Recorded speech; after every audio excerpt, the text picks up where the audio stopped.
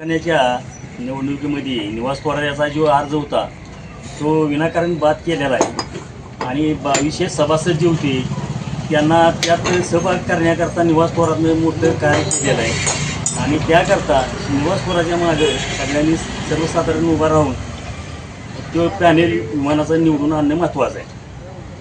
कारखान्याच्या निवडणुकीत माननीय श्री निवासदादा यांचा अर्ज कट कारस्थान करून बाद करण्यात आला. त्यांनी 2200 सभासदांना न्याय मिळवून द्यायचा प्रयत्न केला आणि मतदानाचा हक्क दिला. त्यासाठी रामकृष्ण वेताळ साहेब आणि धैर्यशील दादा यांच्या नेतृत्वाखाली आम्ही निवासदादाच्या पाठीमागे पूर्णपणे विमानाच्या चिन्हाला सहकार्य करून पॅनेल निवडून आणण्याचा प्रयत्न करणार आहे.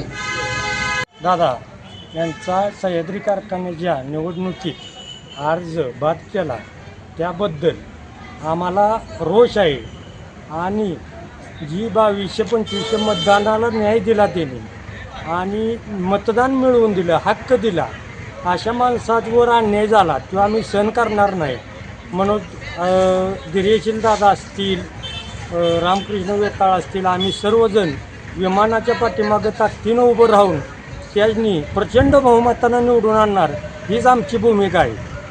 कोपर्डे हवेलीमधून माझं नाव कृष्णकृष्ण तुपे सह्याद्री कारखान्याचा सभासद असून ह्या सह्याद्री कारखान्याच्या इलेक्शनमध्ये जे निवास थोरात जे होते त्यांचा अर्ज बाद करण्याचं कट कारस्थान केलं त्याबद्दल आम्ही सर्व कोपर्डेचे ग्रामस्थ सभासद व इतर माता भगिनी सभासद आहेत त्यासुद्धा पूर्णपणे ताकदीनं आम्ही निवास पोराच्या विमानाच्या पाठीमागे ताकदीने उभं राहून निवास पोराचं पॅनेल बहुमताने आणि रामकृष्ण वेताळच्या ताकदीने बहुमताने पॅनेल विजय करणार. जय हिंद, जय महाराष्ट्र. कुठे गावाचा माणूस आहे त्या माणसाला आम्ही मतदान देऊन चूक केली आणि ह्या निवासपुरात नको या निवासपुराचा अर्ज बाद करायला हा माणूस कारणीभूत आहे. 4 वकील म्हणून मुंबईमध्ये बोलतो त्यांना काय आमचा कारखाना पाहिजे. आज सह्याद्री हा कारखाना कराड तालुक्याची अस्मिता आहे. सभासद त्याला तिची जागा दाखवून देणार. हेतून पुढच्या येणाऱ्या प्रत्येक प्रसंगाला त्याला धडा शिकवल्याशिवाय राहणार नाही. आम्ही पेटून उठलोया त्याला तिची जागा दावून देणार. नेते जे आहेत ते त्यांचा अर्ज वैद्यकीय झाला बाद झाला तरी आम्ही काही भेणार नाही, त्यांच्या पाठीशी राहणार.